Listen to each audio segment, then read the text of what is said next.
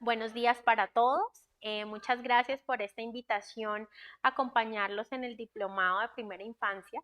Mi nombre es Jessica Valencia, yo soy enfermera, soy especialista en administración en salud y magíster en salud pública. Y el día de hoy vamos a hablar de una parte de toda la formación de primera infancia muy importante, que es el tema unido a salud. ¿Sí? Ya vimos durante las conferencias anteriores cómo va siendo el desarrollo del niño, cómo debe nutrirse ese niño, esa puérpera, esa gestante. Y hoy vamos a ver el tema de higiene y salud en el niño y la niña, que tiene mucha relación con su campaña de cuerpito sano, feliz y seguro. Vamos a tener una unidad temática que tiene que ver con digamos, en cuatro partes. Esas cuatro partes vamos a integrar desde la planeación de ese bebé, la gestación, el puerperio y en los cuidados que vamos a tener con el niño y la niña en la primera infancia.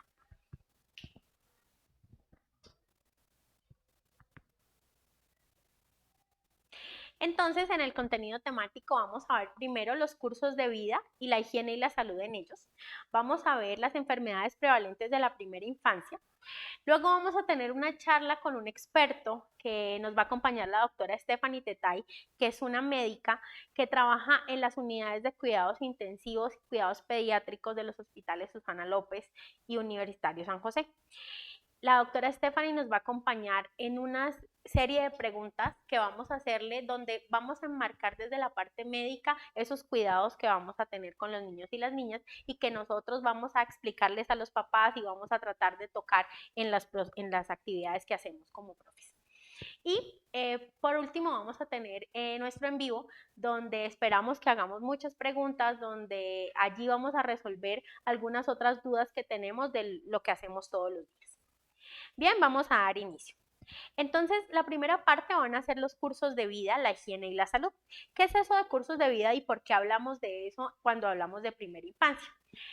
Resulta que la Organización Panamericana de la Salud hizo una estrategia, que es la estrategia de cursos de vida. Antes nosotros llamábamos ciclos de vida o hablábamos por grupos etarios, pero en este momento en salud estamos trabajando cursos de vida. Los cursos de vida, ¿qué son? Una estrategia que organiza los procesos y define un modelo para intervenir sobre realmente cómo se maneja cada etapa de la vida, pero articulando una con otra. Y cuando veamos cursos nos vamos a dar cuenta que lo que pasa en una etapa va a suceder en la otra o va a impactar directamente en la otra.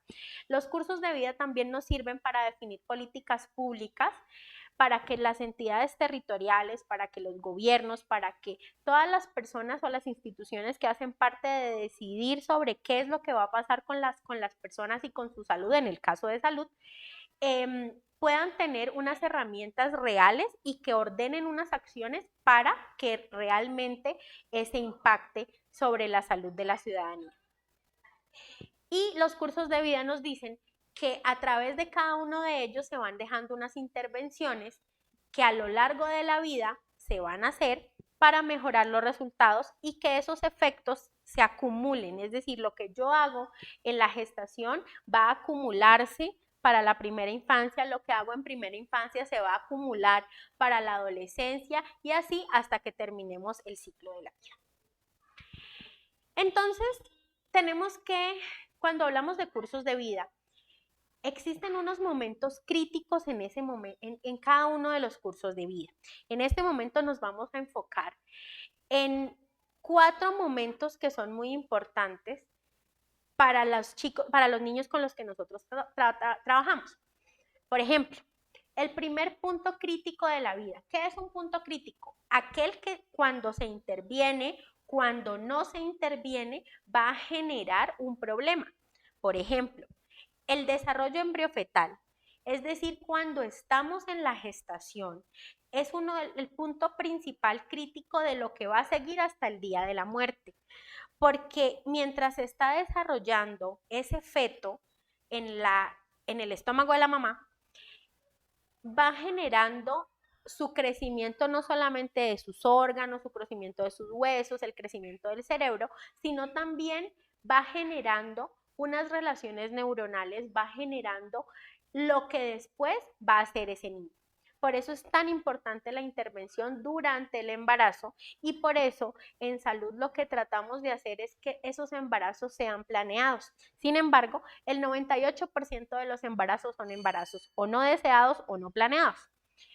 Juntando toda la problemática que hay, embarazos adolescentes, embarazos resultados de violaciones, resultados de presión, resultados de violencia sexual o violencia de género.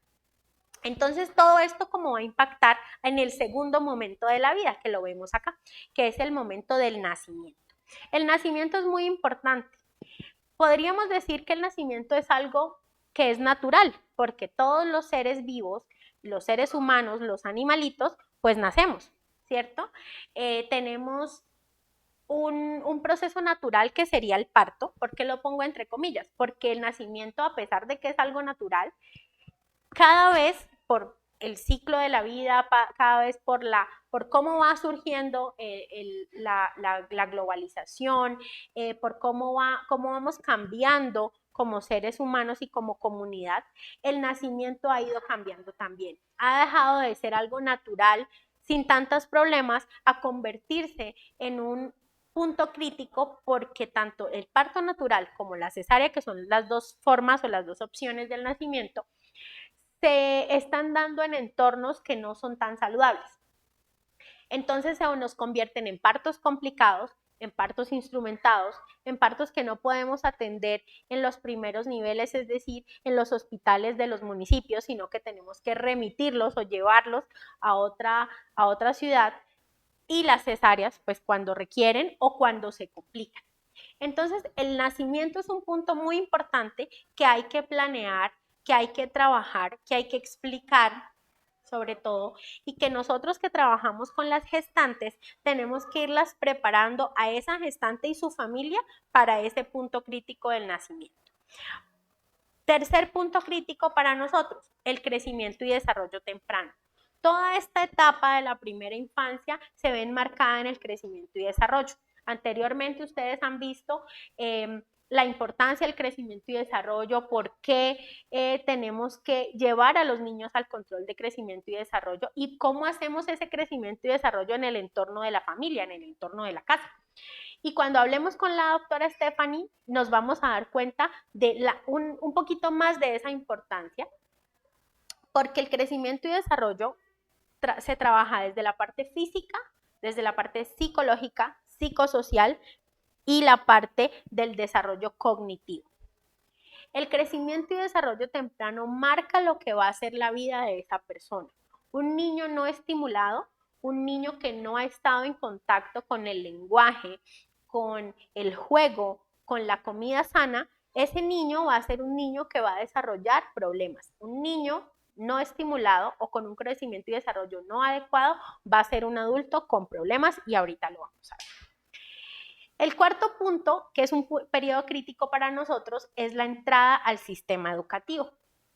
Desde que nosotros estamos en este programa de primera infancia, empezamos a ingresar a los niños al sistema educativo en el cual van a estar desde los 3, 4 años más o menos hasta cuando tengan 15, 16 más o menos, que es la parte del colegio. Y luego esperamos que esos niños entren al sistema educativo universitario. Entonces pasamos casi media vida en el sistema educativo. Y eso no se puede normalizar. Es decir, no podemos decir vaya al colegio y ya. El sistema educativo y esa entrada al sistema educativo tiene que ser programado y tiene que ser entendido para sus papás desde cuáles son los cuidados para entrar al sistema educativo, para que ese niño deje de ser absolutamente dependiente o exclusivamente dependiente de sus padres y ya entre al cuidado de otras personas, entre a socializar con otras personas, a compartir con otros niños similares a él, y que empiece otro proceso del crecimiento y desarrollo, que es el fortalecimiento cognitivo del niño. Entonces, aquí les dejo 13 puntos, periodos críticos del curso de vida, pero los cuales para nosotros en este momento y en este diplomado vamos a trabajar en los 4 primeros puntos hasta la entrada al sistema educativo. Cuando nosotros hablamos de los periodos críticos del desarrollo temprano, miren cómo se dan en la parte naranja que estamos viendo, el periodo crítico contra la edad, ¿cierto? La edad donde se produce principalmente el periodo crítico, y en verde estamos viendo cómo ese periodo va disminuyendo, o sea, ya se va debilitando porque ya se ha adquirido durante el periodo crítico. Entonces, en los primeros 3 años, estamos aquí viendo el 0, el año 0 cuando nacemos, el 1, el 2 y el 3, vemos periodo crítico para visión binocular, es decir, como vemos, el sistema auditivo central es lo que escuchamos. El control emocional, miren que se da principalmente en el año 1 y el año 2 y se va debilitando a partir del año 3 hasta los 5 años, que es un corte muy importante, y por eso nosotros trabajamos y hacemos entender que la primera infancia es el fundamento de todo lo que viene para la vida. Los hábitos de respuesta, cómo responde la persona ante cualquier estímulo, cómo responde la persona ante las cosas de la vida que le suceden. Estamos entre el año 1 y el año 2.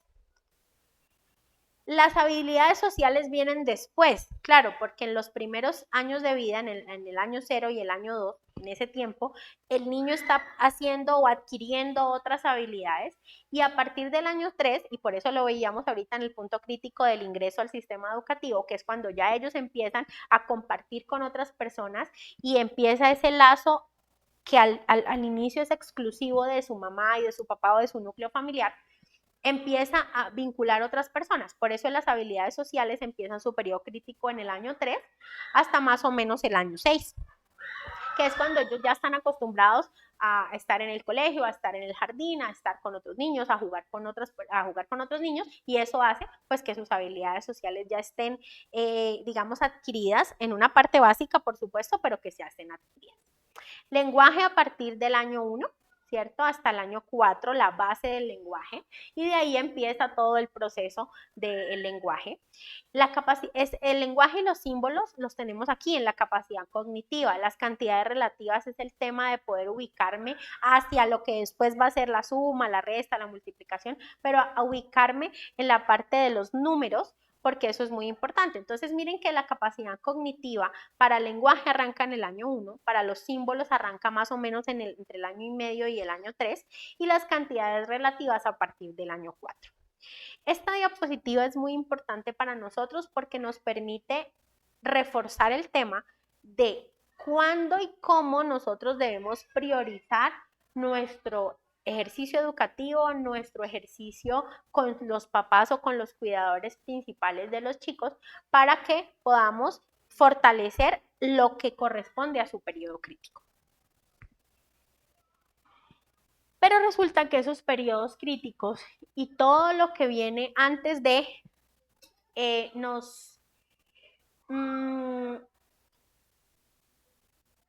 se enmarca en un efecto que se llaman los efectos latentes. ¿Qué es un efecto latente? Algo que está en el ambiente, algo que está en cualquier parte del desarrollo de la persona y que nosotros no podemos controlar. Antes del nacimiento hay efectos latentes que el niño no puede controlar. Es más, las personas que estamos alrededor de ese niño cuando nace tampoco, pero que afectan o impactan en el desarrollo de ese niño posteriormente. Entonces, antes del nacimiento, ¿qué tenemos? Los nutrientes. Cómo nos alimentamos durante la gestación, pues va a ser un punto supremamente importante para el desarrollo del niño. La adquisición de infecciones durante el embarazo, ahorita lo vamos a ver. El consumo de tabaco u otras sustancias como el alcohol, como las drogas, eso tiene un efecto, por supuesto, fundamental en ese desarrollo del niño y que va a impactar en su salud física, mental, psicosocial y demás. Esos efectos contribuyen ¿a qué? a que desarrollemos enfermedades coronarias en el adulto, a que desarrollemos diabetes, a que desarrollemos problemas que tienen una base desde antes de nacer. Entonces, como les decía hace un momento, lo que pasa antes del nacimiento, durante el nacimiento y en la primera infancia va a generar los adultos que vamos a ser en el futuro. Ahora, durante la infancia, ¿qué efectos latentes hay? La malnutrición, ¿cierto? Que la vimos en el módulo anterior con la doctora. La infección que desarrollen esos chicos durante la infancia o algunas enfermedades que son las enfermedades prevalentes de la infancia, que lo vamos a ver en el siguiente módulo. Esto afecta la salud, el desarrollo cognitivo y todo lo que pasa dentro del sistema educativo. Entonces, los niños que durante su infancia y principalmente durante su primera infancia tienen malnutrición y tienen alguna enfermedad que no es una enfermedad de base, una enfermedad de base se supondría que durante su vida va a seguir afectada.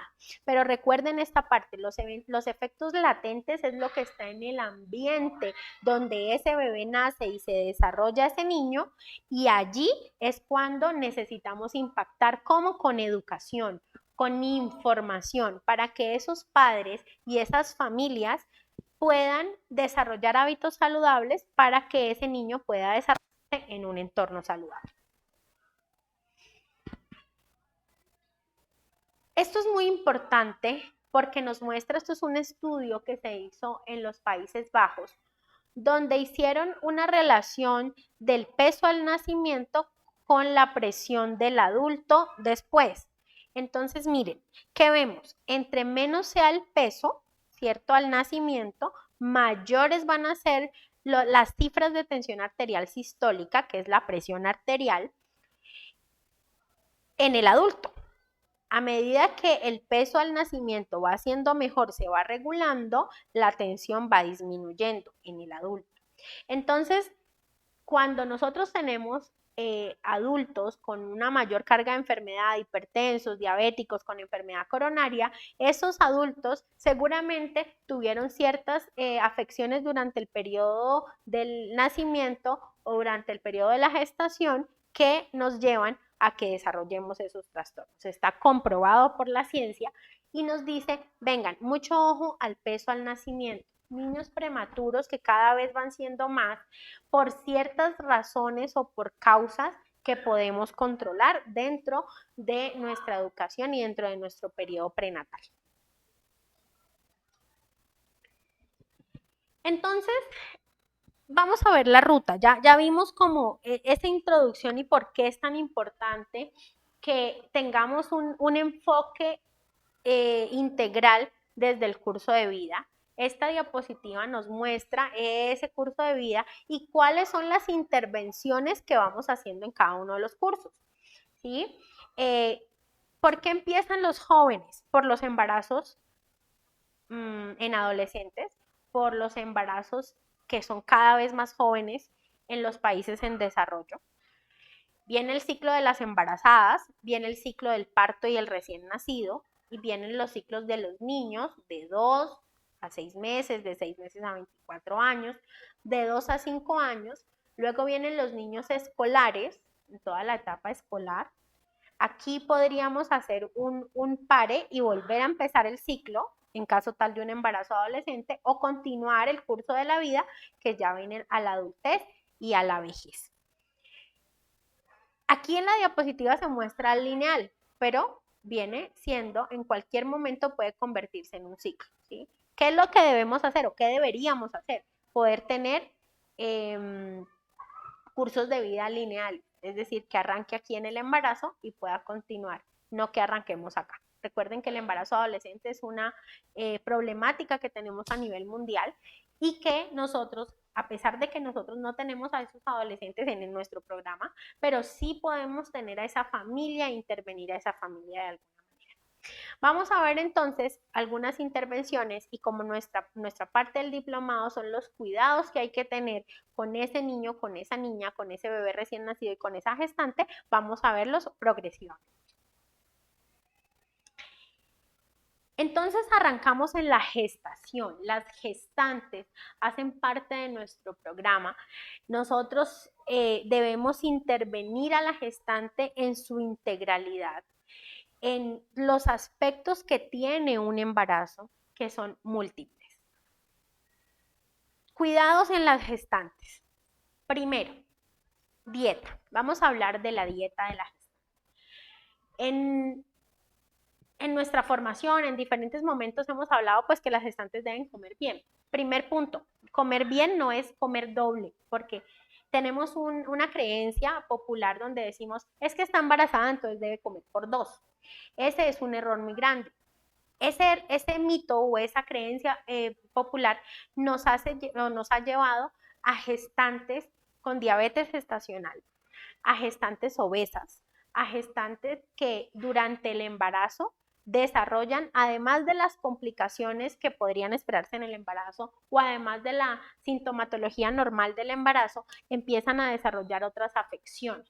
Entonces, eso es lo primero que vamos a quitar o vamos a retirar de nuestra creencia y vamos a llevar a nuestra población, a nuestra comunidad. No es comer por 2, es comer de una manera saludable durante la gestación. 2 cosas que quería resaltar en la dieta. 1, la dieta nos permite la formación fetal. Una dieta baja en verduras y frutas van a ser unos bebés recién nacidos y posteriormente un niño con dificultades para la cognición, dificultades para su desarrollo, dificultades para su formación de los huesos, porque recuerden que ese bebé mientras está en la gestación se alimenta de todo lo que llega, lo que come su mamá a través de la placenta y cuando nace a través de la lactancia materna y posteriormente va a asumir los mismos hábitos alimenticios que tiene su familia. Entonces, por ejemplo, si su mamá es una mamá que consume una dieta muy alta en grasas, va a ser una mamá que podría estar durante la gestación obesa, va a ser un bebé que va a nacer posiblemente con obesidad, va a ser un bebé que va a nacer con posible diabetes, va a ser un bebé que cuando ya vaya empezando a crecer va a ser un niño obeso, va a ser un niño con diferentes dificultades para mantener un estado nutricional adecuado. Y el otro punto de la dieta es para la mamá, ¿sí? ¿Qué pasa durante la gestación? Durante la gestación nosotros necesitamos más energía, porque hay un ser que necesita compartir esos nutrientes conmigo. Necesita la mamá un consumo muy adecuado de los minerales para que no se nos vayan a dañar los huesos durante el embarazo, porque disminuye la carga mineral y necesitamos por eso calcio, por ejemplo. Entonces necesitamos muchas frutas, verduras y lácteos. Necesitamos dentro de la dieta de esa gestante un alto consumo de verduras que tengan hierro. ¿Por qué? Porque cuando estamos en el parto o en la cesárea vamos a perder sangre. Entonces tenemos que tener unas reservas en las cuales durante el embarazo por eso vamos a tomar hierro.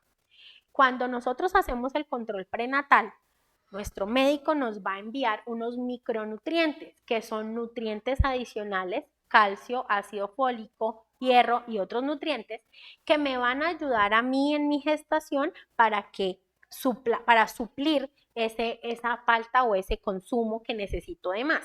Pero no podemos quedarnos solamente con el micronutriente. Profes, es muy importante que le digamos a las mamás, consuma el micronutriente que se entrega en el control prenatal, porque nuestro objetivo principal va a ser el control prenatal, ahora lo vamos a ver, pero necesitamos una dieta adecuada. No puedo consumir micronutrientes y no consumir verduras, no puedo consumir micronutrientes y no comer frutas, no puedo consumir micronutrientes y no tratar de comer grasas saludables, ¿sí? Que son cosas que en nuestros municipios encontramos. Porque no podemos tampoco llevar a las dietas de las gestantes o de cualquier persona a consumir cosas que no tienen dentro de su entorno, pero las verduras, las frutas, en algunos casos algunas proteínas son lo que nos permite y nos va a ayudar a que esa mamá tenga una adecuada formación fetal.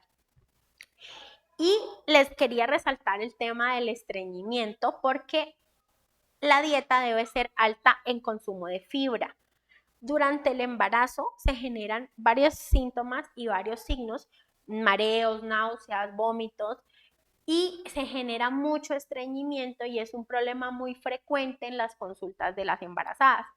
Para eso, ¿qué necesitamos? Un alto consumo en fibra. Entonces ya puede ser fibra que la suplan la fibra, o sea, que se consuma la fibra aparte, o frutas y verduras que sean altamente llenas de fibra. ¿Vale? Entonces, estos son tips o puntos importantes para que cuando nosotros estemos haciendo nuestros procesos de educación y de información, pues nos lleve a darle una buena educación acerca de la dieta a la gestante.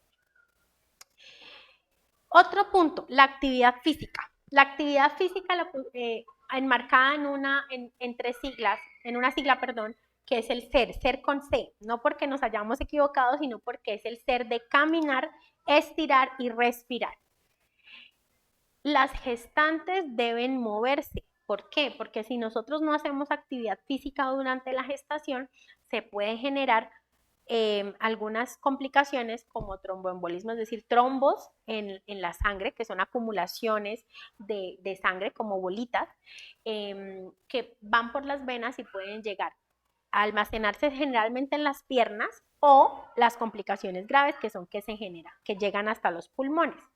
Entonces una embarazada necesita caminar, no necesita hacer actividad física extrema, no necesita correr, no necesita hacer ejercicios pues muy que impacten mucho, sino que necesitan caminar alrededor de 30 minutos diarios durante todo el proceso de la gestación, en una caminata tranquila, en una caminata donde nos concentremos en eso. En nuestros municipios, nuestras embarazadas nos van a decir, yo camino y yo hago ejercicio todo el tiempo porque yo estoy trabajando la tierra, porque yo les estoy dando el almuerzo a mi familia, a los trabajadores, porque yo tengo que hacer oficio. Ojo con este punto, la actividad física no es hacer oficio, la actividad física no es trabajar la tierra, así se haga en esa actividad pues algo de ejercicio, se gaste o uno genere gasto. La actividad física es establecer una actividad en un momento específico donde mente y cuerpo estén dirigidos hacia esa actividad. Cuando usted está haciendo oficio, usted está ocupado haciendo oficio, no haciendo actividad física. Y eso es algo que tenemos que pues llevar el mensaje a nuestros usuarios, porque en todas las etapas de la vida nos van a responder lo mismo, sobre todo en los municipios donde trabajamos. Entonces, caminar 30 minutos, más o menos, estirar. ¿Por qué? Porque estamos preparándonos para el parto. Entonces, durante el proceso del parto, todo el cuerpo está dirigido hacia poder expulsar ese bebé. Es un trabajo físico supremamente grande, pero tenemos que preparar el cuerpo. Los músculos deben estar estirados, los músculos deben estar flexibles para poder llegar a ese punto. Y respirar. Durante la gestación se disminuye la cantidad de oxígeno. ¿Por qué? Porque a medida que vaya creciendo la barriguita de la mamá, el bebé va apretando, va empujando hacia atrás los órganos. Por eso las embarazadas orinan más, porque el bebé, a medida que va creciendo, va aplastando un poquito la vejiga y eso hace que orine mucho. Y una de las cosas que pasa es que va disminuyendo su proceso de oxigenación y necesitamos mucho oxígeno para poder hacer todo lo que es que fluya el componente sanguíneo entre mamá y bebé mientras el embarazo. Y también la respiración, que es el segundo punto, nos sirve para prepararnos para el parto. Quienes ya han tenido hijos por parto natural, saben que es un proceso que duele muchísimo y para los que no, se los contamos. Es un proceso doloroso, pero ese proceso doloroso se debe manejar por medio de la respiración. Entonces debemos aprender a respirar desde antes del embarazo para poder llegar a ese punto y fortalecer las dos cosas que necesitamos, oxigenación durante la gestación y la preparación para el parto. La ropa es muy importante como cuidado de las gestantes. ¿Por qué? Porque necesitamos ropa interior y exterior adecuada. Ropa interior adecuada. No ropa interior que no se cambie todos los días. Eso es un punto muy importante que debemos enseñarles a nuestras embarazadas. La ropa interior debe cambiarse todos los días. Ahorita vamos a ver el tema del aseo, de la higiene, pero debemos cambiarla. ¿Por qué? Porque la ropa interior puede acumular infecciones y eso nos puede generar problemas durante el embarazo. Entonces, es una práctica que no es muy común, no es muy común orientarla, pero es muy común en nuestras gestantes que no se cambien la ropa. Entonces debemos reforzar este conocimiento hacia el cambio de ropa interior y exterior. La ropa exterior, ¿por qué debe cambiarse? Por la misma razón. A pesar de que no está en contacto tan directo o tan cerca de ese bebé, porque puede subir a través de la vagina, pero sí necesitamos que la mamá esté libre de infecciones y la ropa es un fómite, o sea, es una parte que puede llevarnos hacia las infecciones. Y los zapatos, importante que las mamitas tengan zapatos adecuados por dos razones. Uno, zapatos bajitos por todo el tema de que como está creciendo ese bebé, la mamá cada vez se va cansando más, la mamá necesita estar tranquila y necesita que los zapatos me ayuden a la circulación de la sangre en miembros inferiores, o sea, en las piernas. ¿Por qué? Porque necesitamos que tenga un adecuado fluido sanguíneo dentro de todo el organismo para llevar esa oxigenación al bebé. Y el otro punto de los zapatos es que a través de los pies se pueden generar infecciones, sobre todo infecciones de vectores, infecciones donde me pica el zancudo. En algunas zonas tenemos zonas altamente riesgosas para malaria, para dengue, para chikungunya, para zika, que son enfermedades transmitidas por vectores, por mosquitos que nos pueden picar. Eso en las zonas donde eso pasa, donde tenemos una alta influencia de esas enfermedades, debemos enseñar muy bien el manejo de estar cubiertos, el cuerpo y los zapatos. Otro punto, cuando nosotros no tenemos zapatos adecuados, sobre todo los pies están en contacto directo con la tierra y demás, podemos adquirir diferentes infecciones que nos van a llevar a un parto prematuro o a un aborto o a que tengamos un bebé con ciertas infecciones. Entonces, miren que todo el tiempo se trata de la ropa para poder prevenir infecciones, que uno diría, las infecciones las prevenimos de otra manera. Nunca pensamos en la ropa. Entonces, recordemos, dieta, actividad física y ropa. Transversal, y lo ven aquí, está la salud mental. La salud mental es un tema muy importante para nuestro desarrollo en todas las etapas de todos los cursos de vida. La salud mental debe ser un tema transversal en todos nuestros procesos informativos y educativos y en todos nuestros procesos de salud. La salud mental en la gestación es un punto tan importante como la dieta, como los micronutrientes, como ir al control prenatal, porque todo lo que pase aquí en esta mamá va a llegar a ese bebé.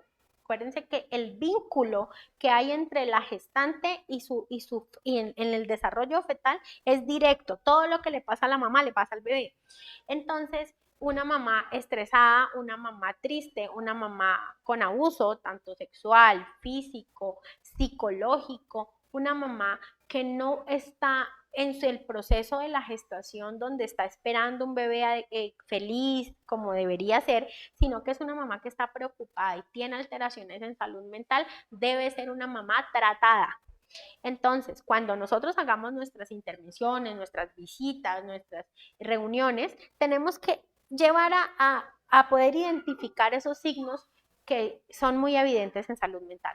¿Qué signos son evidentes para una mamá que no está bien a nivel de su salud mental? Tristeza, llanto frecuente, apática con las cosas de los bebés. Entonces nosotros hacemos unas actividades que les hacemos tejer, por ejemplo, algo para sus bebés o desarrollar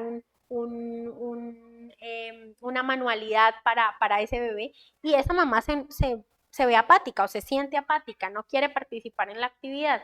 Son síntomas o signos de salud mental que me están diciendo, hey, hay una alarma ahí en la salud mental. Entonces, cuando esa mamá no quiere comer, cuando esa mamá la vemos, hay unos signos físicos asociados a los signos psicológicos. no queremos comer, no nos queremos bañar, andamos desarreglados, andamos tristes, no dormimos bien, es una alarma para salud mental y debemos intervenir inmediatamente. ¿Cómo intervenimos? Pues nuestro programa tiene un componente y además podemos remitirla a los sistemas de salud. Aquí quiero hacer un llamado especial y es que todos ustedes en donde estén deben identificar y hacer una conexión con los procesos de salud o con sus hospitales que estén o con las instituciones que trabajen dentro de su municipio. ¿Para qué? Para que podamos articular en, venga, yo tengo un caso de una gestante que la veo así, así, así, y ese hospital o esa institución debe responder para poder identificar y captar tempranamente a la gestante. Más cuidados en las gestantes. Higiene de manos lo vamos a ver en todos los cursos de vida. Creo que con el COVID aprendimos mucho la importancia de la higiene de las manos, que antes no se la dábamos. No es que solamente con el COVID hayan aparecido las infecciones en las manos, no. Las infecciones en las manos han estado por siempre, las infecciones que podemos adquirir a través de las manos. Lo que pasa es que con el COVID la aprendimos más, pero las manos son el mecanismo de transmisión de todas las infecciones, los virus y las bacterias, los hongos que están en todo lo que tocamos, que están en el ambiente hacia nuestro organismo. Entonces hay que enseñarles a las mamitas higiene de manos antes y después de preparar los alimentos, antes y después de salir del baño, antes y después de realizar las tareas del hogar, ¿sí? Porque recuerden y que siempre esté en nuestra cabecita que lo que estamos haciendo durante la gestación es previniendo una infección en esa embarazada. El otro punto es la higiene íntima. A las mamitas tenemos que enseñarles, a nuestras gestantes, que como la vagina, como lo decía anteriormente, la vagina está tan cerca o es el canal por el cual llegamos a nuestro útero, a pesar que durante el embarazo el útero está sellado, ¿sí? Está absolutamente sellado para que por ahí no salga el bebé, pero a través de la vagina se pueden adquirir infecciones y es principalmente lo que pasa. La primera infección o la principal infección durante el embarazo es la infección urinaria, que se da mucho porque como las gestantes van muchas veces al baño, orinan mucho, a raíz de que el bebé va aplastando la vejiga, como lo decía, eso genera que se puedan presentar acúmulos de bacterias dentro de la vagina o que cuando nos hagamos la limpieza la hagamos mal o no la hagamos. Y eso genera que se puedan almacenar y las bacterias se reproducen muy rápido en la zona genital. Entonces, una higiene íntima adecuada, un lavado adecuado de nuestros genitales sin jabón, sin otras sustancias, porque otras sustancias pueden irritar y pueden generar una disminución en la flora normal que está en la vagina y en nuestros genitales, y eso hace que podamos llevar a mayores infecciones. Entonces, ¿qué hay que hacer? Una buena limpieza cuando vamos al baño, cuando vamos a orinar, cuando vamos a hacer popó, y un lavado diario, un baño diario. El baño es súper importante en todos los procesos y ustedes lo van a escuchar. En las gestantes hay que reforzar el baño, en los bebés hay que reforzar el baño, en los niños hay que reforzar el baño porque el baño es el mecanismo que tenemos para poder eliminar de la piel una gran parte de los microorganismos que están en el ambiente. Otro punto para las mamás, la higiene oral. La higiene oral es fundamental porque durante el embarazo las encías se ponen rugosas, se ponen mucho más delicadas. Las encías durante el embarazo necesitan un tratamiento especial, es decir, necesitan mucha higiene, necesitan un lavado frecuente, necesita que estemos pendientes porque ustedes van a escuchar algunas mamitas que les dicen que cuando se cepillan los dientes les sale sangre. Y es porque las encías son mucho más sensibles durante el embarazo por los procesos hormonales. Y como esas encías están así, entonces están mucho más expuestas a posibles infecciones. Entonces, tenemos que enseñar o reforzar higiene oral a la mamá, un cepillado mínimo 3 veces al día o después de cada comida, un cepillado adecuado y dentro del control prenatal van a ser remitidas a odontología, entonces tenemos que decir o reforzar el tema de que vayan a odontología. ¿Por qué? Porque ese es otro mecanismo de que pueda llegar una infección a ese bebé. Higiene de mamas y pezones. Cuando veamos la lactancia, nos vamos a dar cuenta de la importancia cuando estamos lactando. Pero resulta que en este momento de la gestación, la higiene de mamas y pezones es muy importante para prevenir o preparar esa mama y ese pezón para cuando vayan a ser parte de la lactancia materna del niño. Entonces tenemos que hacer una buena limpieza para evitar que en los pliegues de la mama se hagan acúmulos de bacterias o acúmulo de hongos sobre todo, y eso vaya a pasar a través de la piel a una posible infección. Y un tema muy importante, poco tratado, donde a veces no lo hablamos mucho, es el tema de la sexualidad o las relaciones sexuales durante el embarazo. Las relaciones sexuales durante el embarazo y las relaciones sexuales en general son un tabú, es algo que no hablamos mucho, pero es un punto fundamental que tenemos que tocar, tratar y conocer en las gestantes. Por eso les puse aquí sexo seguro. Las relaciones sexuales durante el embarazo son normales. Es más, en muchas mujeres se aumentan por la cantidad de hormonas que estamos durante todo el proceso de la gestación. Entonces, con la hay más hormonas, puede haber que haya mayor deseo sexual. Pero las relaciones sexuales durante el embarazo deben realizarse, no debemos decir no puede tener relaciones sexuales, a menos que exista un antecedente de aborto, un antecedente de ruptura prematura de membranas, un antecedente o que durante esa gestación se haya presentado un riesgo de aborto y que esté prohibida o suspendida por el médico. Pero si no existen esas causales anteriores, el sexo o las relaciones sexuales dentro del embarazo son normales. Pero debemos tener unos cuidados para esas relaciones sexuales. Primero, prevenir relaciones sexuales sin protección. Durante todo el tiempo, desde que nosotros empezamos a tener relaciones sexuales, debemos llevar a las personas a una doble protección. Es decir, una planificación familiar y un uso adecuado del preservativo. En este momento estaríamos sin planificación familiar porque estamos gestando, pero sí debemos utilizar el preservativo porque es la única forma que evitemos o limitemos las infecciones de transmisión sexual, que en el momento de la gestación serían muy graves tanto para la mamá como para el bebé. Debemos crear en la familia un ambiente seguro para tener relaciones sexuales donde les vamos a enseñar a esos papás o a esa pareja de esa gestante que le estamos diciendo que use el preservativo por la única razón, y es que es una barrera para que a ese bebé no le vaya a llegar una infección que puede ser transmitida de manera sexual. Las infecciones de transmisión sexual siempre se asocian con tener parejas diferentes, pero no es así.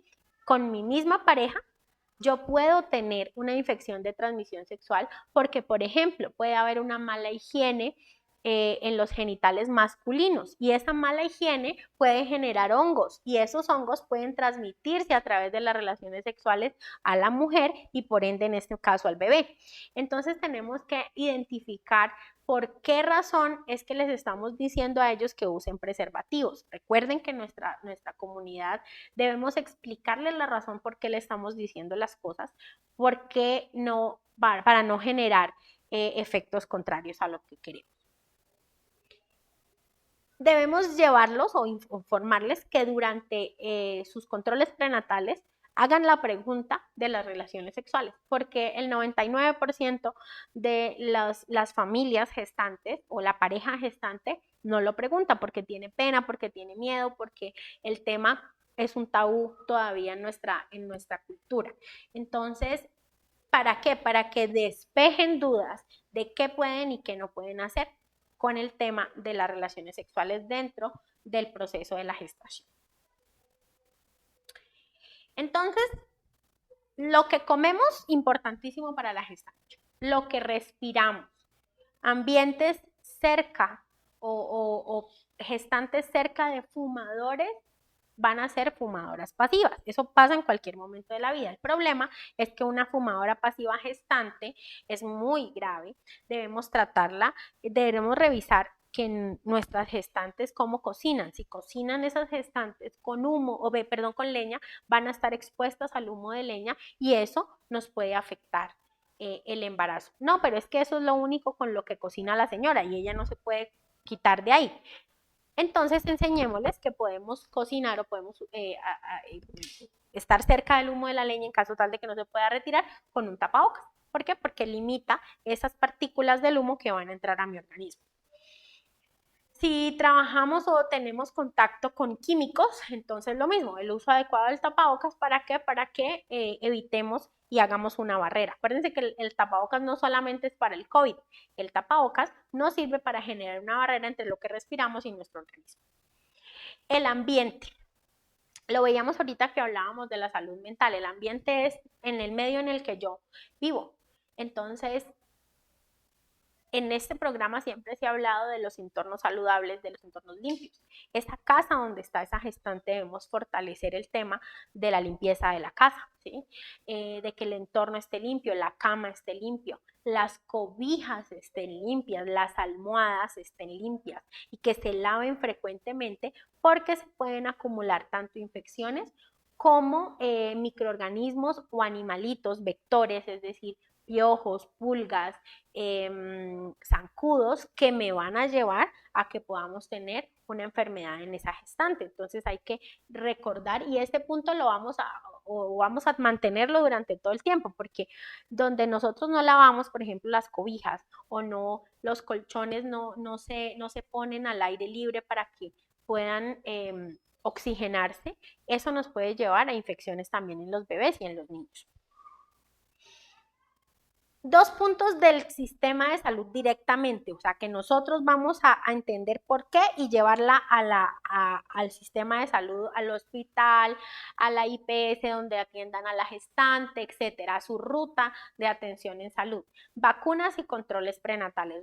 Puntos importantísimos en las gestantes, las vacunas, ellas tienen unos esquemas de vacunación en la gestante donde tenemos tétano, donde tenemos en este momento las vacunas del COVID, que recuerden que lo que nos van a hacer las vacunas es que generan que nuestro cuerpo tenga los sistemas de defensas alertas para cuando estemos en contacto con el virus. Recuerden, las vacunas no hacen que no nos enfermemos. Lo que hacen las vacunas es que alertan a nuestro sistema de salud, nuestro sistema de defensas, para cuando estén en contacto con ese virus que llega a nuestro organismo, ellos digan, ay, yo conozco este virus y voy a atacarlo. Entonces nuestro sistema inmunológico lo ataca y por eso las personas, algunos simplemente no desarrollan signos y síntomas y otros que los desarrollan levemente. Eso es lo que pasa con la vacuna del COVID. No hace que no nos dé COVID. Lo que hace esta vacuna es que hace que cuando nos dé COVID, donde nosotros adquiramos el virus, no nos hospitalicemos y no vayamos a morir, que es lo que en este momento estamos. ¿Y por qué necesitamos varias dosis de la vacuna? Porque los virus van mutando y van cambiando a medida del tiempo. El virus o el COVID en su estructura que teníamos cuando iniciamos el Plan Nacional de Vacunación no es el mismo que tenemos en este momento, donde han pasado casi más o menos un año y medio de que eso empezó. En este momento vamos en otra mutación de ese virus y por eso la vacuna se necesita diferente. Lo mismo pasa con la fiebre amarilla. La fiebre amarilla va cambiando, la vacuna de la influenza para los adultos mayores. Cada año tenemos que poner un refuerzo y por eso son los refuerzos para poder ir cambiando al virus que a su vez va mutando. Entonces es muy importante el esquema de vacunación completo en las gestantes. Y los controles prenatales, que son nuestro enfoque principal en el proceso de salud. Entonces, aquí en el control prenatal tenemos 3 trimestres del embarazo, ¿sí? Más o menos un embarazo normal va a durar entre 1 y 9 meses. Recuerden que meses 1 y 9 son variables. El 1, ¿por qué?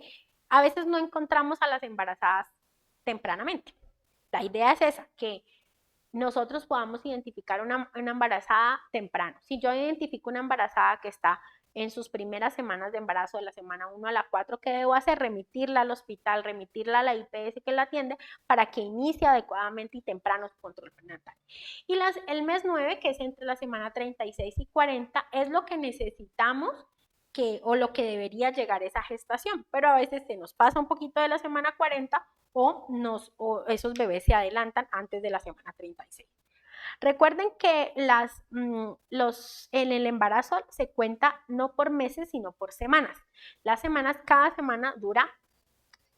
mes sería como 4.5 semanas y por eso las semanas son 40 semanas en un embarazo normal.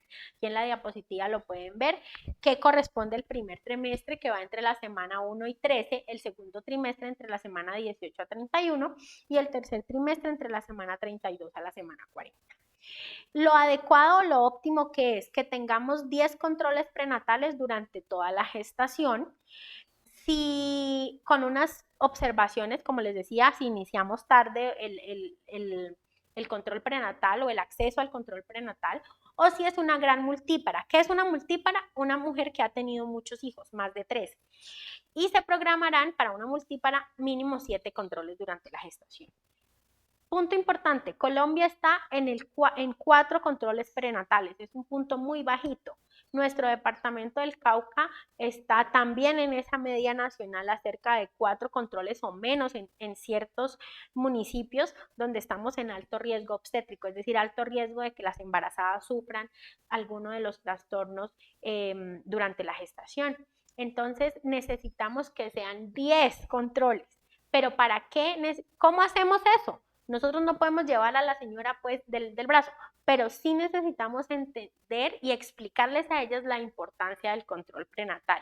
¿Qué es lo que va a pasar en un control prenatal? Entonces, la van a pesar, la van a tallar, van a calcular cómo está el peso y cómo debería ser el peso de esa gestante, porque a través del peso de la gestante vamos viendo el peso del bebé.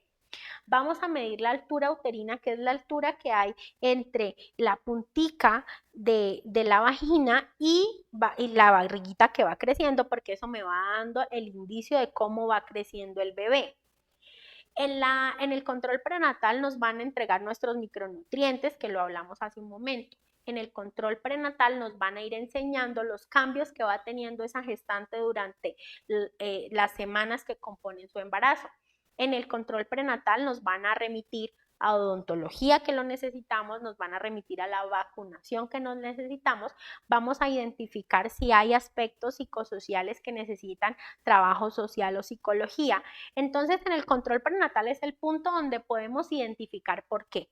Cuando tengamos nuestra charla con la doctora Stephanie vamos a hablar un poco más de qué es lo que pasa y por qué es la importancia del control prenatal. Pero recuerden, 10 controles prenatales es lo que necesitamos durante una gestación. ¿Cómo es la periodicidad? Va mensual, cada mes hasta la semana 36 y entre la semana 36 y la semana 40 va cada 15 días. ¿Por qué? Porque en la semana 36 a las 40 es las que estamos cerca del parto y donde debemos identificar cuando ya estamos listos o cerca de ese momento.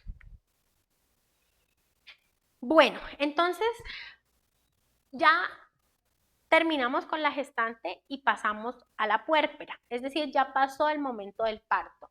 En ese momento del parto o la cesárea, vamos a estar dentro de una institución de salud principalmente o preferiblemente. Recuerden que tenemos todavía partos en casa, partos con parteras, parteros o médicos tradicionales en nuestros municipios. ¿Qué tenemos que tratar? Es articular, enseñarle a la mamá cómo ir al hospital, cómo llamar al hospital.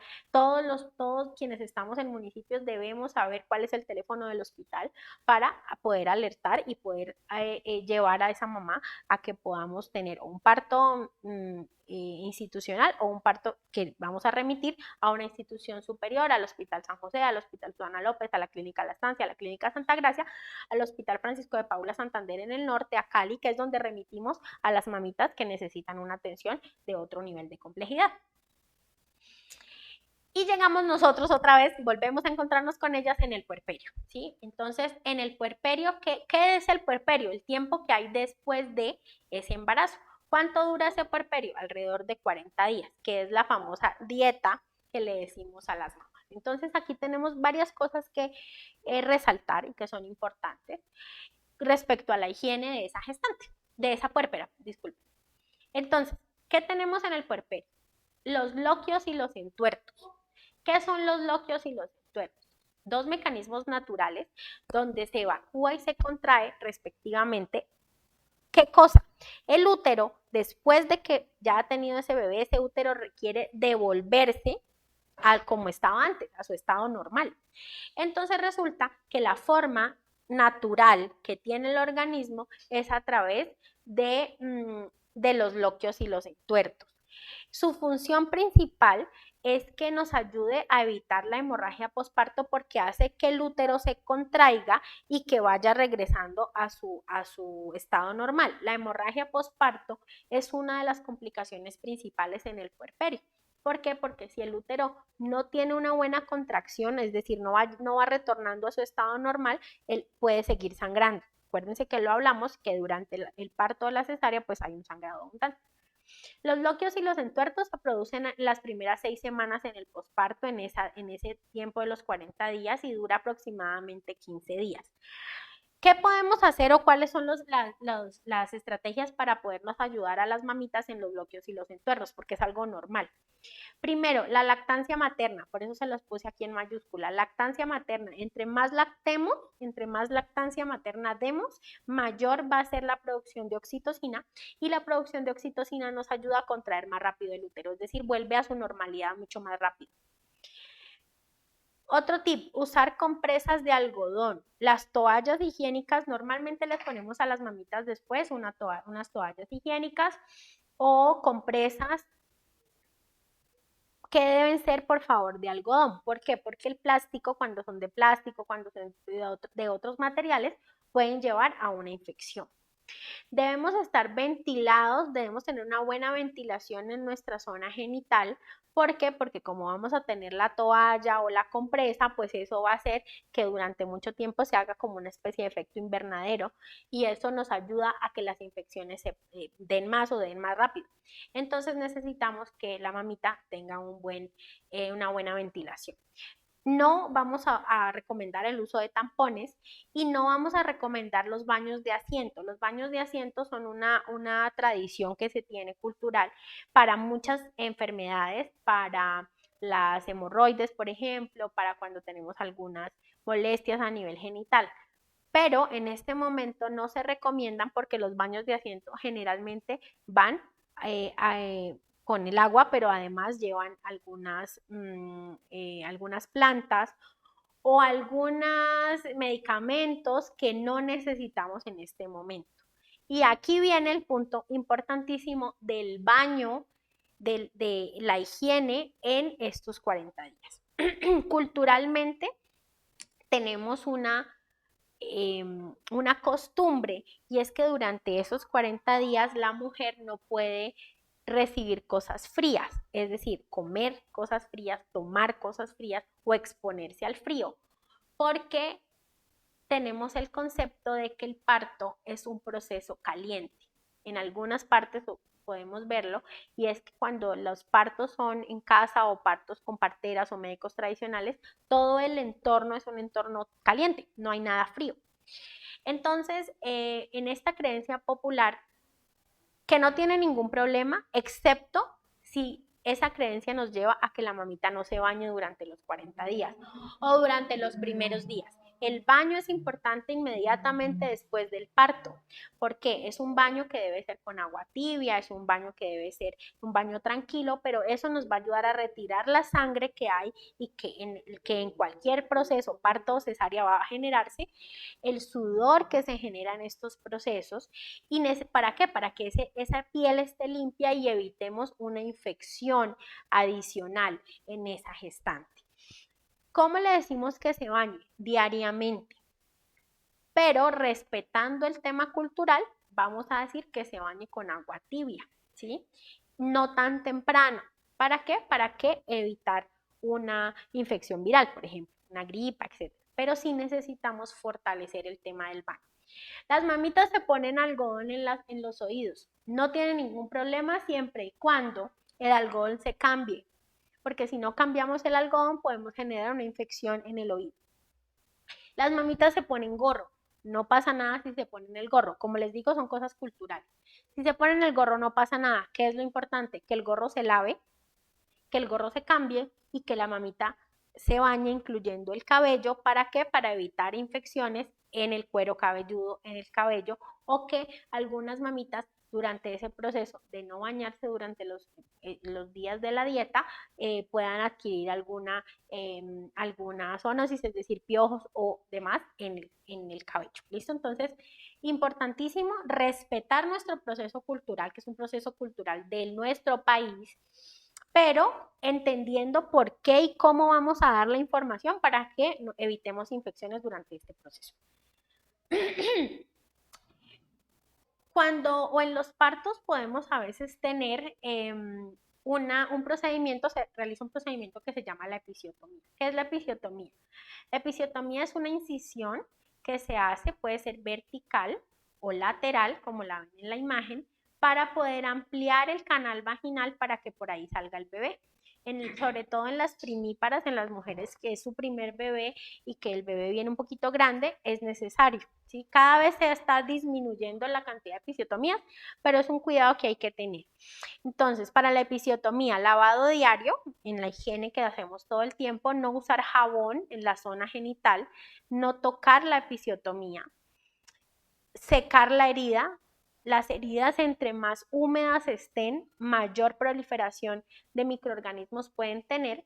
Una dieta saludable, ¿por qué? Porque después de un parto se genera un estreñimiento natural.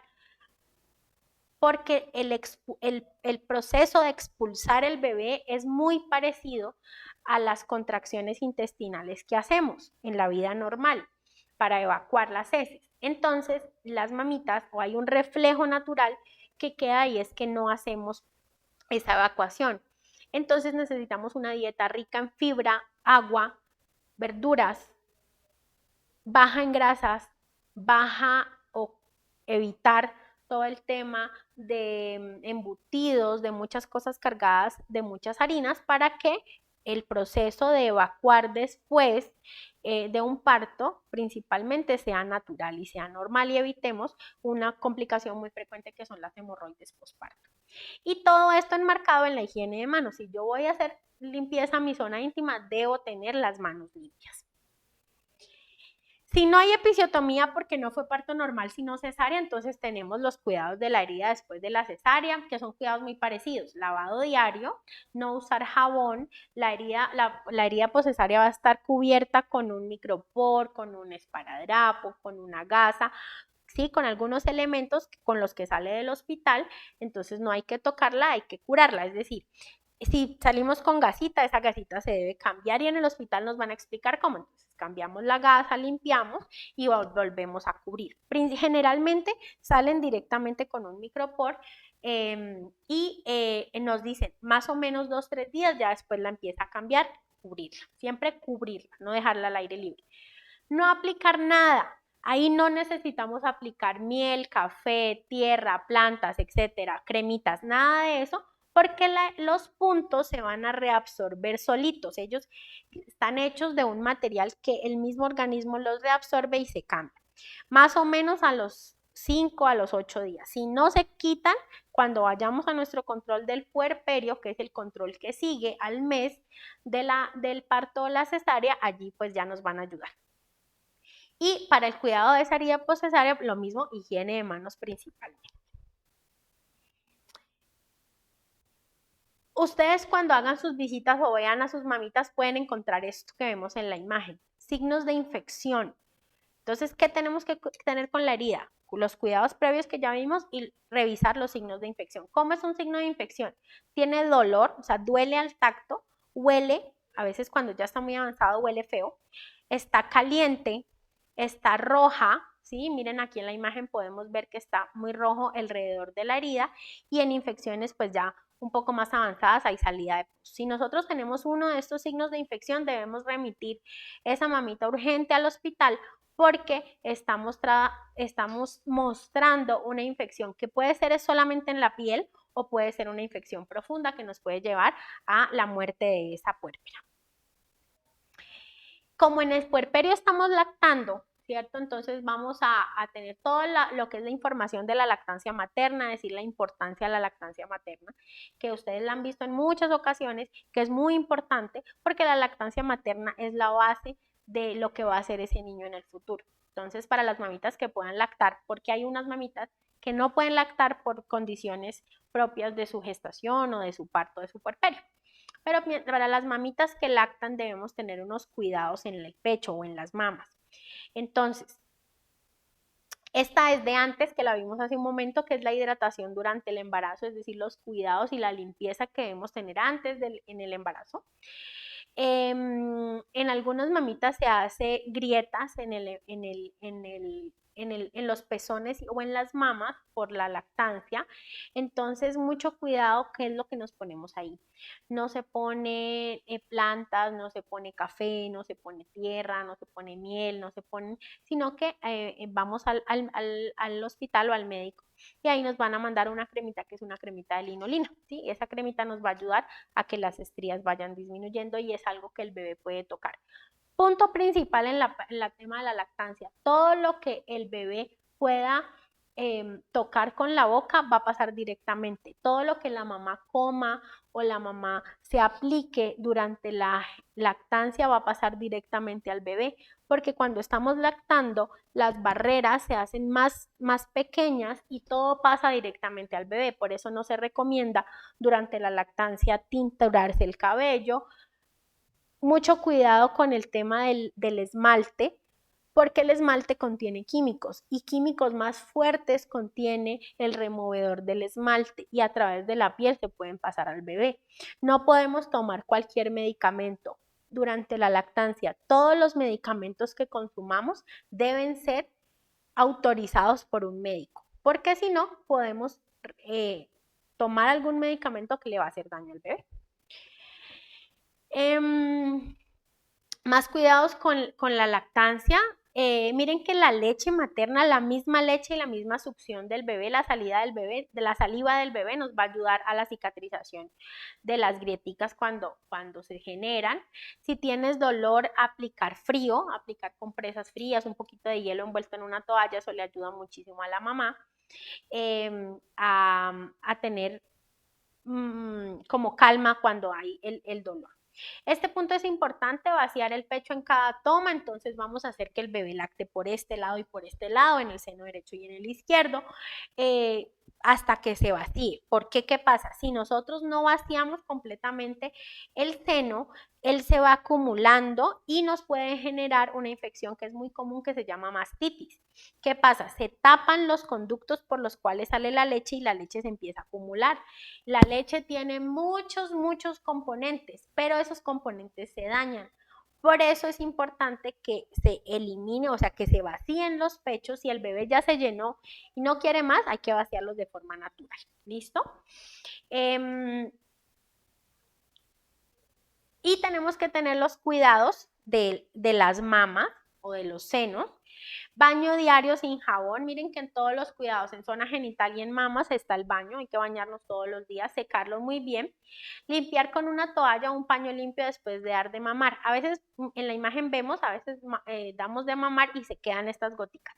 Esas goticas se van acumulando en esta parte y nos pueden generar infecciones. Y estar muy pendiente de los signos de infección. Aquí pueden ver un pezón infectado, es un pezón que, como lo vimos hace un momento, es un pezón rojo, es un pezón que está agrietado, es un pezón que seguramente duele y está caliente y que alrededor de la zona empieza a tener un color diferente a lo que es una mama normal. Entonces, apenas haya un signo de infección que tenemos que enseñarle a las mamás cuáles son, debemos remitirlas al hospital o debemos decirles que consumen al hospital. Vimos la salud mental en el embarazo y ahora vemos la salud mental en el puerperio, que es otro cuidado muy importante. ¿Por qué? Porque estamos cerca o podemos llegar a la depresión postparto. Cuando esa mamita está irritable, cuando esa mamita está sin energía, cuando esa mamita tiene cambios de humor graves, cuando esa mamita llora muy fácilmente, no quiere ver al bebé, no quiere cuidarlo, no lo cambia, llegamos a la visita de esa mamita o tenemos esa mamita en la unidad y vemos el bebé está sucio, la mamá está sucia, eso es un signo principal de que puede ser una alerta en la salud mental, ¿sí? Porque nosotros venimos de explicarle a esa gestante la importancia de la higiene, vamos a repetirla, pero muchas veces puede generarse que ese rechazo al bebé o el rechazo a la higiene es un tema también de salud mental. ¿Qué les enseñamos a las mamás? No está mal pedir ayuda. Cuando estamos en el puerperio, muchas veces toda la familia se va hacia el recién nacido, hacia el bebé y se nos olvida la mamá. Entonces hay que enseñarle a esa familia durante la gestación, a esa familia gestante, que cuando llegue el momento de ya que ya esté el bebé en el puerperio, debemos cuidarlos a los dos. A la mamá, que no vamos a despreciar cuando la familia nos ayude. La familia viene a ayudarnos, sobre todo a las primerizas, no saben qué hacer mucho con ese bebé, entonces vamos a ayudarlos. Pero si esa mamita, y hay que enseñarles esto, si la mamá no quiere recibir esa ayuda por alguna razón, está cansada, quiere descansar, pues que lo exprese. La salud mental se basa en la expresión. Cuando nosotros no expresamos lo que sentimos, pues es principalmente cuando empiezan los problemas. Entonces, ya vimos la gestación, vimos a la mamá y ahora vamos a ver el recién nacido. Ese recién nacido necesita unos cuidados especiales, entonces necesita varias cosas que tenemos que recordar. Primero, las visitas al recién nacido. Vamos a tener un entorno seguro para ese recién nacido. Vamos a enseñarle esto más que a los papás, pues porque ellos sí están con ellos, eso a la familia alrededor de ese recién nacido, que tenemos un entorno seguro. A los bebés recién nacidos no hay que besarlos, cogerlos, sacarlos de su entorno.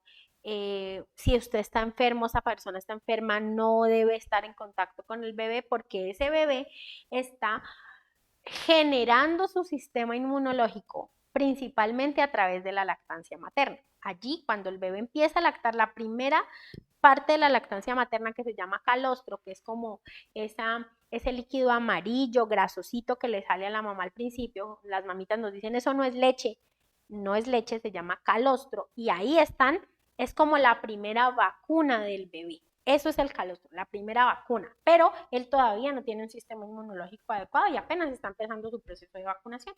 Entonces necesitamos restringir las visitas.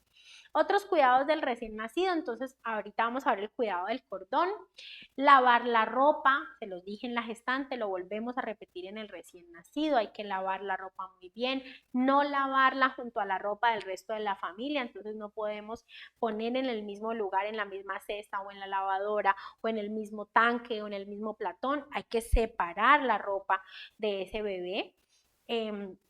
Tenemos que tener unos cuidados para dormirlo, muy importante, y cómo vamos a manejar el tema de alimentación. Entonces vamos a ver.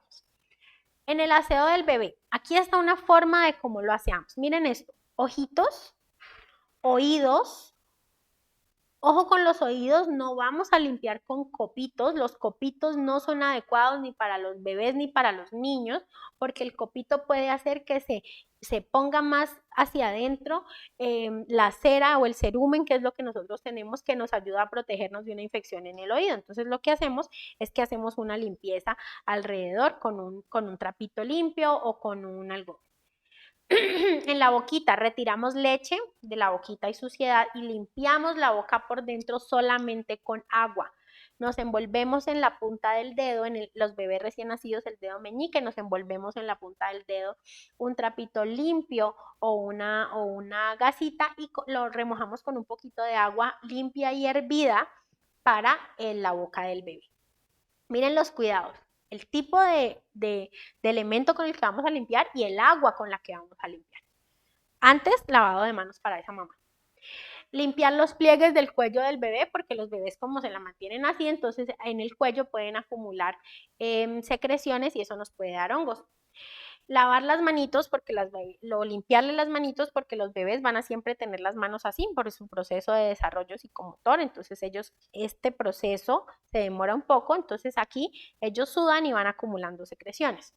Limpiar los genitales de las niñas siempre de adelante hacia atrás. ¿Por qué? Porque cuando nosotros limpiamos de atrás hacia adelante podemos traer bacterias o microorganismos que están en el ano y que vengan hasta la vagina. Y esta recomendación va a ser en toda la vida, desde que nace hasta el último día de su vida.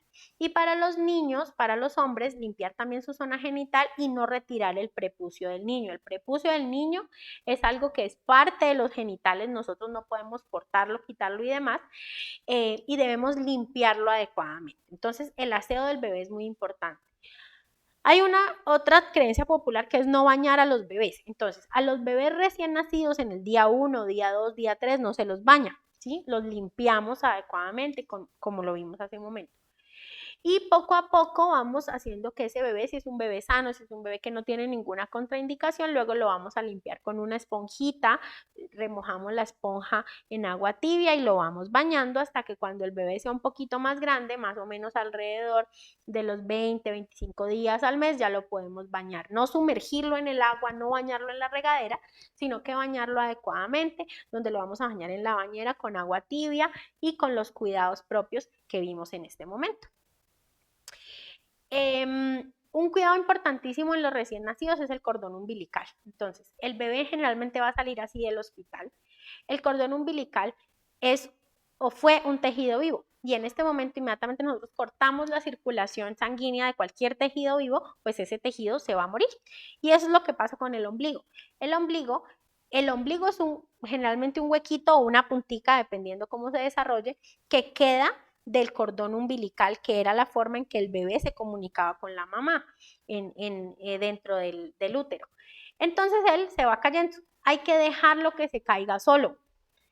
No debemos poner botones, monedas, granos de café o granos de otra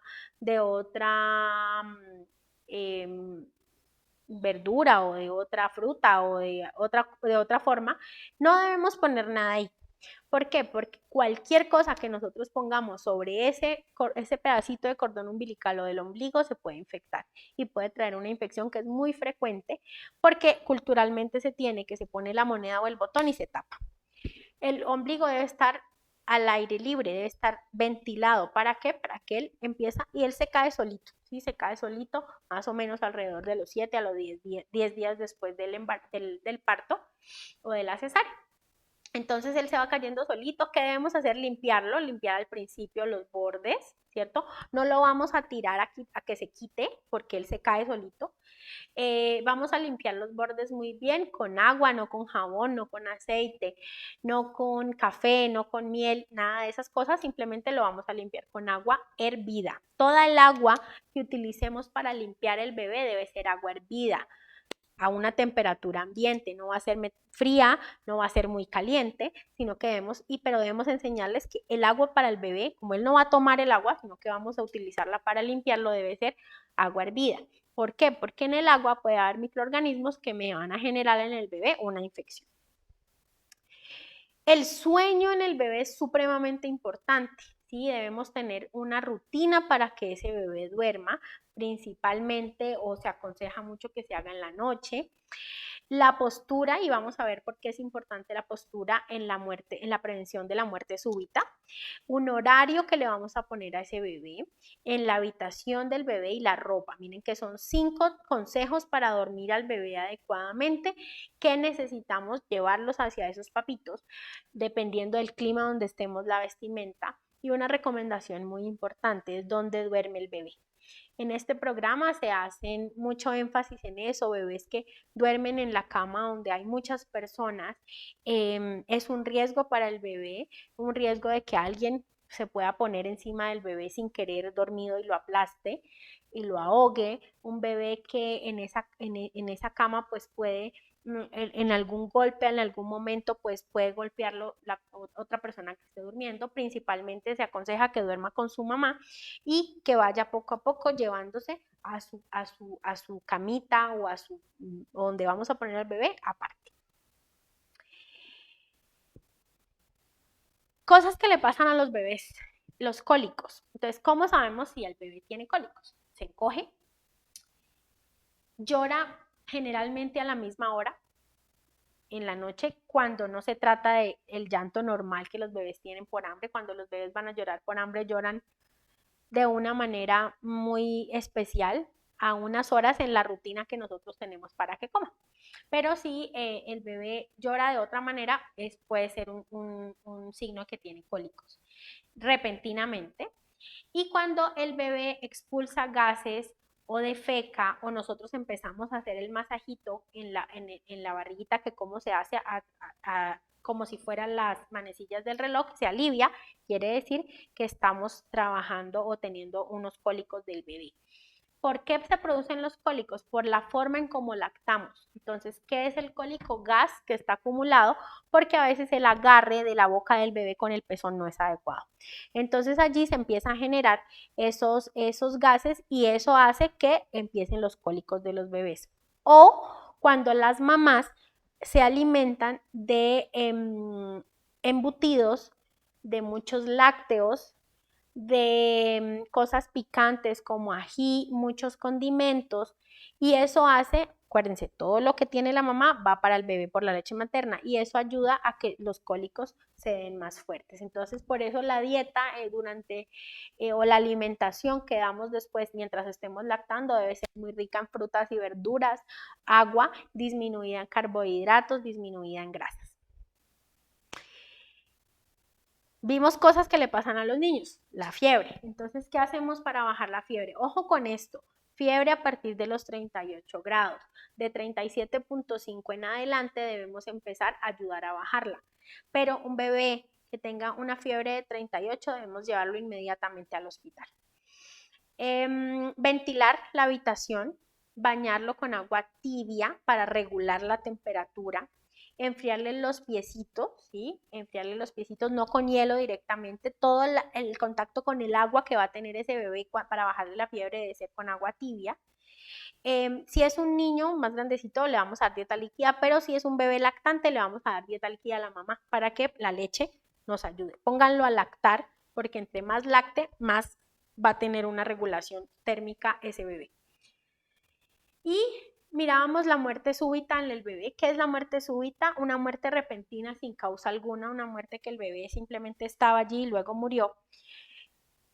Y es algo muy común en los primeros meses de vida. ¿Y cómo lo tratamos? Entonces, para dormir, idealmente tener al bebé piel con piel. Sí, eso es uno de los mejores consejos todo el tiempo. Entre más tiempo tengamos al bebé en contacto piel a piel, mejor va a ser el vínculo, la forma de la lactancia y la forma en que el bebé va a aprender a respirar, porque él se sincroniza con la respiración de la mamá. Evitar que pase demasiado calor al dormir, entonces esos bebés que no hay que cubrirlos tanto, no hay que ponerles esas pijamas que son supremamente calurosas y encima una cobija y encima un gorrito y encima tapar. Ojo con tapar los coches, las cunas, las cajitas donde ellos están, taparlos absolutamente sin que ventile, es algo que puede pasar o que nos va a llevar a la muerte súbita. Dormir al bebé boca arriba siempre y con la cabeza girada hacia un lado, porque si el bebé solo está boca arriba, el bebé puede toser, puede vomitar y se broncoaspira, es decir, el vómito no sale del bebé, sino que se va a la vía pulmonar. Recuerden que por donde respiramos es diferente a donde comemos, pero a veces la comida se puede ir a donde respiramos y por eso el bebé puede morir súbitamente. Entonces lo que hacemos es boca arriba y de lado para que el caso tal de que el bebé llegue a vomitar, pues el vómito salga y no vuelva al bebé. Quitemos de la cuna o de la cama donde el bebé los peluches y los cojines porque por alguna razón se pueden mover y pueden asfixiar al bebé. Lactancia materna exclusiva hasta los 6 meses, muy importante. ¿Por qué la lactancia? ¿Qué tiene que ver con la muerte súbita? Además de la alimentación, la lactancia le va a ayudar al bebé a tener esos reflejos y para aprender a respirar a través de la lactancia, como les dije, en el contacto con su mamá. Usar el chupo, cuando veamos chupo alguno, no se recomienda realmente el chupo. ¿Pero por qué lo tenemos aquí? Porque muchas personas, a pesar de que no se recomienda porque el chupo daña los dientes, hace que los dientes vayan hacia afuera y además se acumula infecciones en la cavidad oral, pero algunas personas, sin embargo, utilizan el chupo. Entonces, el chupo a partir del primer mes de vida. ¿Qué es lo que necesitamos para prevenir muerte súbita? Que el bebé se ventile y respire, porque principalmente lo que pasa es que el bebé deja de respirar. Entonces necesitamos generar que su vía aérea esté disponible para poder respirar, por eso lo giramos, por eso no lo obstruimos la vía aérea de en alguna manera. ¿Listo? Y obviamente la principal recomendación es que estemos pendientes del bebé. No podemos dejar al bebé allí dormido, tapado, y nosotros nos vamos, o la mamita pues se va a, no sé, a hacer oficio y no está pendiente del bebé. Muy importante que el bebé siempre esté cerca de su mamá, ese recién nacido, o de la persona que lo esté cuidando. Otra recomendación para el tema es el color del popó del bebé o el color de las heces del bebé. Aquí tenemos un ejemplo de los colores, ¿cierto? Entonces el color verde oscuro, que es el popó, el color meconio, que es cuando nace, es la primera defecación del bebé. Es normal que sea ese color. ¿Por qué? Porque él viene de limpiar todo las células que tuvo durante su proceso de gestación. Cuando los bebés están lactando, el popó es amarillo. Es más o menos de este color. Es un popó saludable que va más o menos hasta los 6 meses. El popó café claro. A veces hay bebés que además de la lactancia o en vez de lactar, tienen que tomar fórmula láctea o leche en polvito y el popó es café claro, está muy bien. Popó verde. Generalmente los papás dicen, no, es que tiene popó verde es porque tiene alguna enfermedad. Entonces, el popó verde no representa enfermedad si no tiene ningún otro, o sea, si no tiene dentro del popó punticos blancos o espuma o huele demasiado mal, ¿sí? Algunos bebés, dependiendo de lo que la mamá comió o la fórmula láctea, hacen popó verde. Color de popó que son importantes para que los papás sepan, blanco o crema, rojo con sangre o negro. Hay que estar muy pendiente de esto porque puede decir que hay una alteración a nivel intestinal que necesitamos identificar y llevar directamente al médico. Recomendación, ojo como el bebé en esa vínculo entre esa mamá, en esa puérpera y su familia con ese bebé. ¿Sí? Entonces, recordemos que en esta etapa el bebé está absorbiendo y está aprendiendo a vivir. Entonces, además de los cuidados físicos, que fue lo que vimos en este momento, debemos llevar a los cuidados afectivos, ¿sí?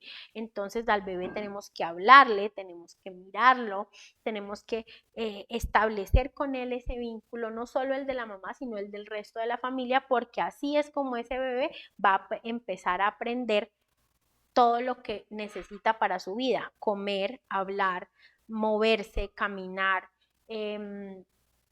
respirar, escuchar, ¿sí? Es muy importante que estemos pendientes de que generemos ese vínculo. El bebé no es algo que dejamos a un lado y lo buscamos solamente cuando el bebé llora para cambiarlo, para alimentarlo. El bebé debe ser parte de la dinámica familiar normal con los cuidados pues, que acabamos de ver.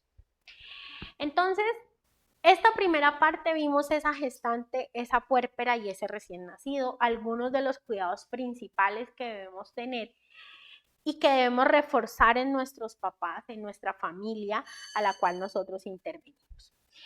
Vamos a continuar con la siguiente etapa, que son los niños, que ya dejan de ser recién nacidos y pasan a entre menores de 1 año hasta los 5 años. Muchas gracias.